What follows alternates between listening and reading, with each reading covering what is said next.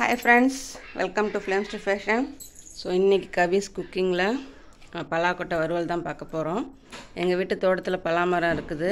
நேத்து அதுல பலாப்பழம் அரிஞ்சதுல கொட்டைகள்லாம் எடுத்து வெயில்ல நல்லா காய வச்சிருந்தேன். வெயில்ல நல்லா நீங்க காய வச்சிட்டீனாலே ரெண்டா அரியும் போது தோல் ஈஸியா வந்துரும். சோ அதுக்கு அப்புறம் அதை கழுவி எடுத்து வச்சிருக்கேன்.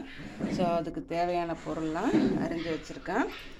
வாங்க வறுவல் எப்படி செய்யறதுன்னு பார்க்கலாம்.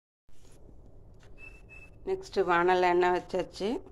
அதில் கொஞ்சோண்டு சீரகமும் கடுகும் போட்டுக்கலாம்.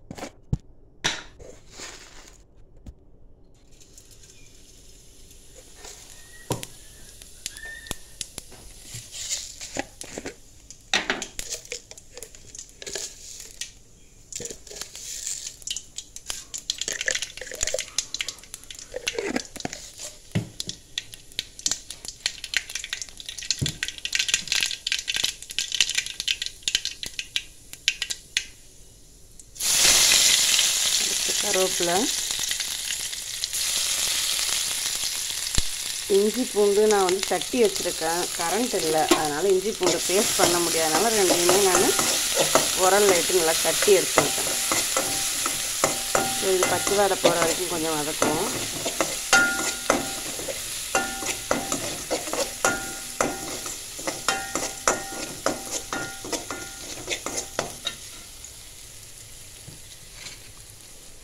அடுத்து வெங்காயம் போட்டுக்கலாம்.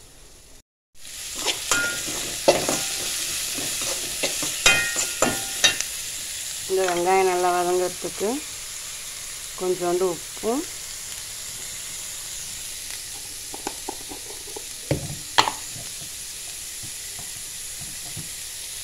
கொஞ்சம் மஞ்சள் பொடியும் சேர்த்துக்கலாம்.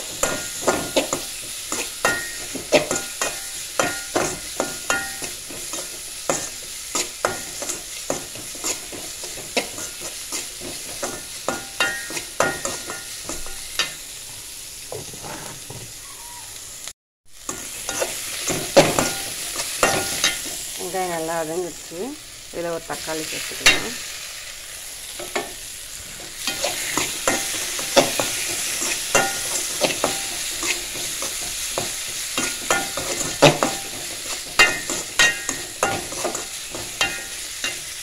தக்காளி நல்லா மசிகிற அளவுக்கு நல்லா வதக்கலாம்.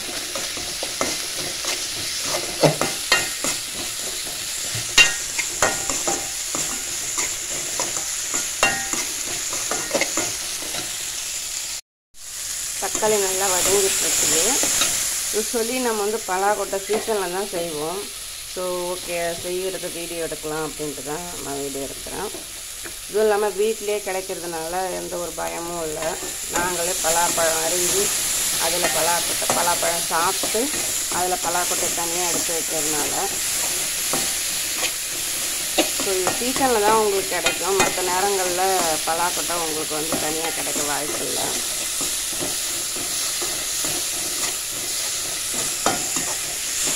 தக்காளி நல்லா வதங்கிடுச்சு.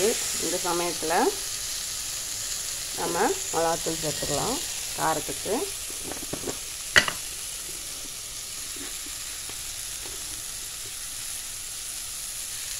இது வந்து ஒரு கரண்டி குழம்பு மிளகாத்தூள் நான் சேர்த்துக்கிறேன். இந்த காரமே எங்களுக்கு போதும்.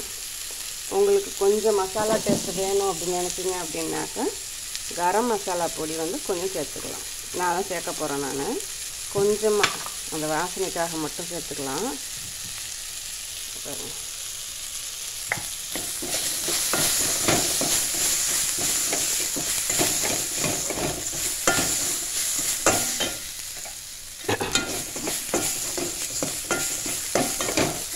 மிளகாத்தூளை கொஞ்சம் நல்லா வதக்கிட்டு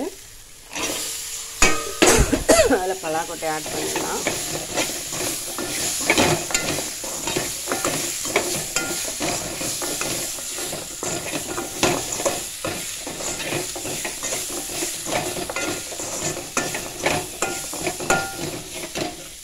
இப்போது வறுவலுக்கு தேவையான அளவு உப்பு கொஞ்சம் சேர்த்து தண்ணி விட்டுடலாம்.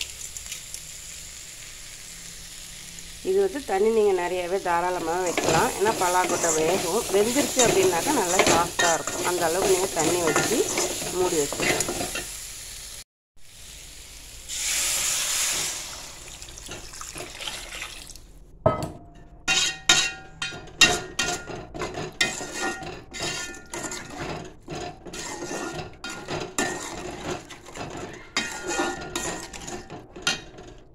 உப்பு சரியாக இருக்கான்னு பார்த்துட்டு மூடி வச்சுருங்க.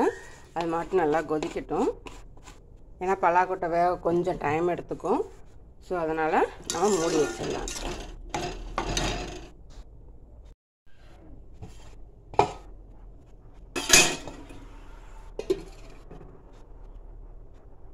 அப்பப்போ திறந்து பார்த்து கிண்டி விட்டுட்டே இருக்கலாம்.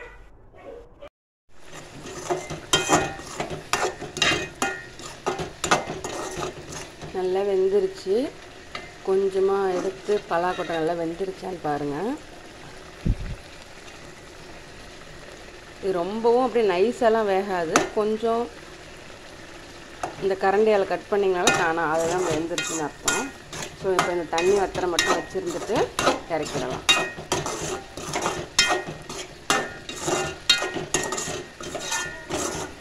அதை எடுத்துன்னு பாருங்க.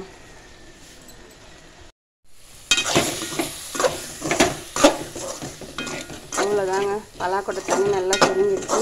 பலாக்கொட்டையும் நல்லா வெந்துருச்சு. நமக்கு தேவையான பலாக்கொட்டை வறுவல் ரெடி ஆயிடுச்சு. தேங்க்ஸ் ஃபார் வாட்சிங்.